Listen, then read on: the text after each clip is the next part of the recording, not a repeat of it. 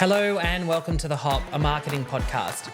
I'm your host, Matt Taylor Farrington, and the owner of Purple Bunny Marketing. And today I'm joined by Sam from our team in social media and advertising. And we're going to talk about how you can harness user-generated content in social media, in your advertising, just about in any form of your marketing, correct? Yeah, pretty much anything, yeah.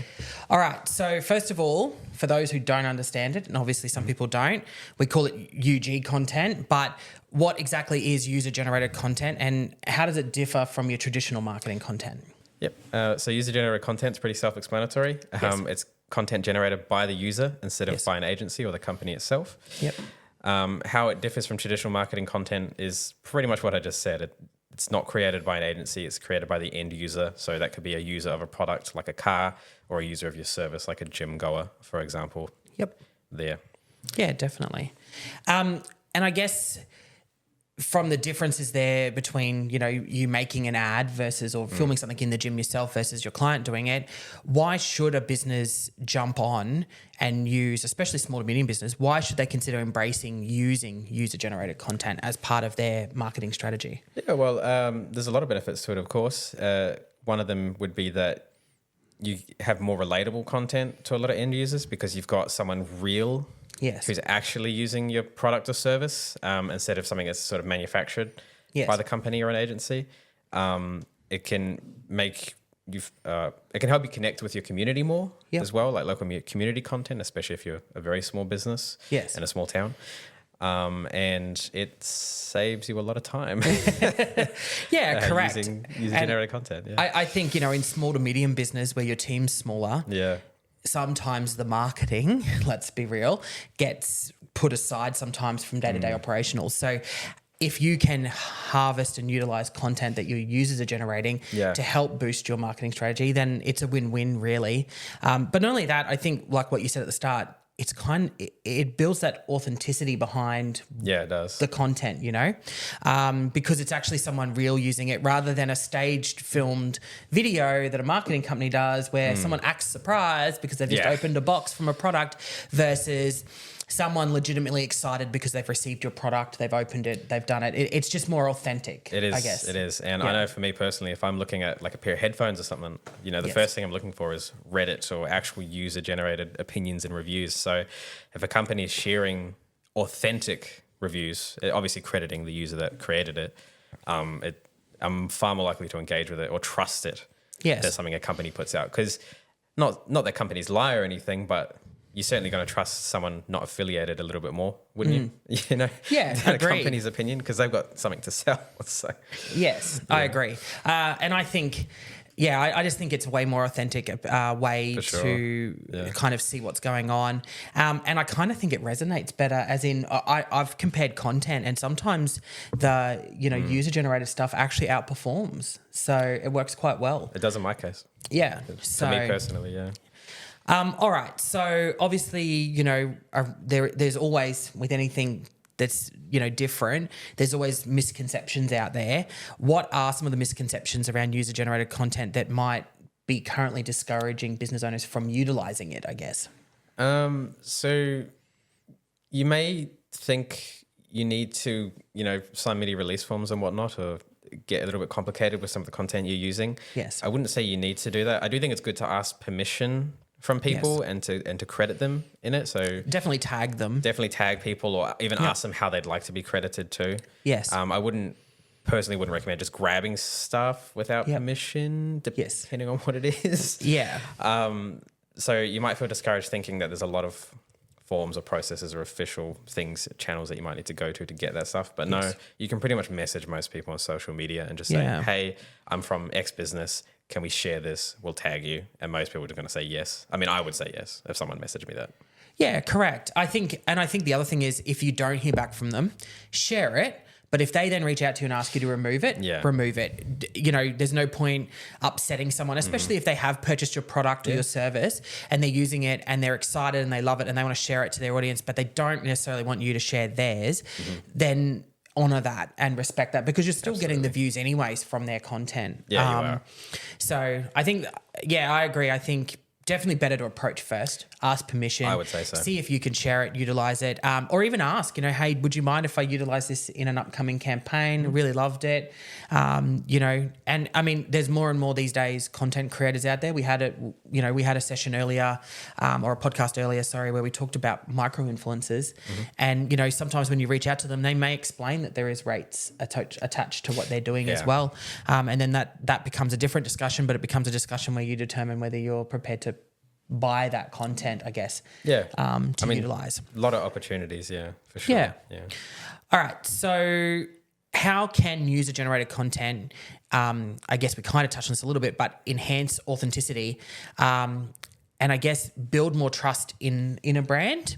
And I guess why is it important for customer relationships? Yeah, as you said, we sort of touched on this before, but it's just because it's real content, real opinions by real people that were not prompted by a company to promote the product. So, if I'm posting a review to go back to headphones, if I'm posting a review of headphones that I haven't been asked to post, then, that's something of me as an individual private consumer has individually decided to put out there to let people know that I like, or probably wouldn't use as dislike, but like or dislike a certain product. So I would say that's how it builds trust, is because it's real, it's authentic, it's not manufactured, it's not generally the company is not affiliated with the creation. Yes. Once you share it, there's some affiliation there, but as long as it's made clear that was independently made, Correct. It's still something that I would trust more.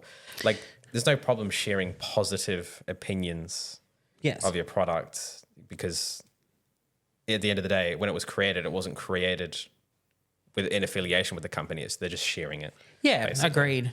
I think it's also important to share a balance of stuff. Like, I don't know, I see more and more these days where companies are actually embracing the fact that someone may not 100% endorse their product, but loves their product, promotes it.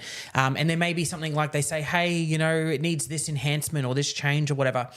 But it's real. That's a reality. And the reality is that a lot of people may actually be thinking that. Yeah. But by sharing that and embracing that as your brand, you're building trust, because people are going, okay, cool, this company's actually acknowledging it. They see it. They understand it. And they're not just hiding behind it and just sweeping under the rug the issues, So I do think it's important. And I think it's also, we've talked about this before about client relationships and stuff, and talking about the way you handle it. There's some very clever ways to handle when you get feedback and take it on board and own it. So, yeah. All right. So what practical steps can a business take to start generating user-generated content? Like, how could you provoke the market, I guess, to want to share content for you?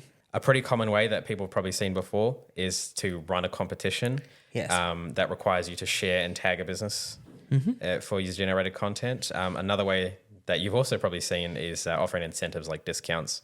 So if you've ever been to a restaurant that says, hey, tag us on Facebook, share your food on Instagram and tag us and we'll give you 5% off. Yes. Or something similar to that, that's a way that you can spark user-generated content or get the ball rolling. Yes. And then hopefully from there, people are more likely to, post that kind of stuff.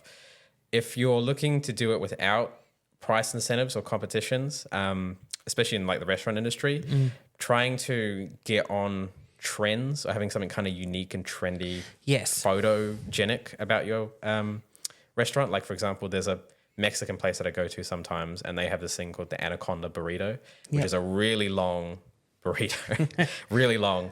And I talked to the owner about it, and it's literally designed to get people to be like, oh my God, look at this crazy burrito, and take post photos. it and tag him and that kind of thing. And there's no incentive that he's got to post that. It's just, like noteworthy in of itself. So having unique kind of noteworthy things can also spur it.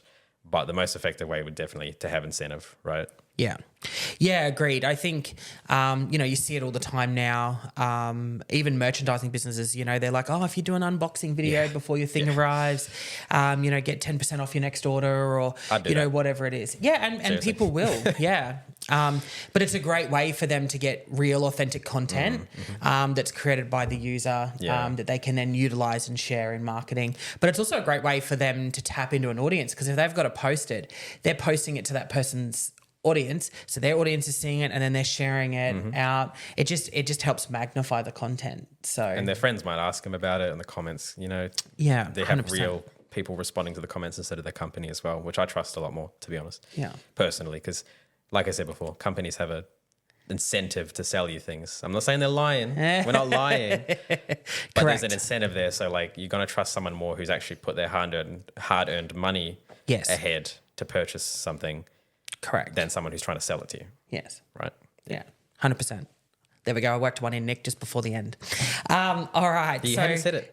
He hadn't said it. I hadn't said it, but I had to get one in just in case. We almost had a clean episode. Close, but no cigar.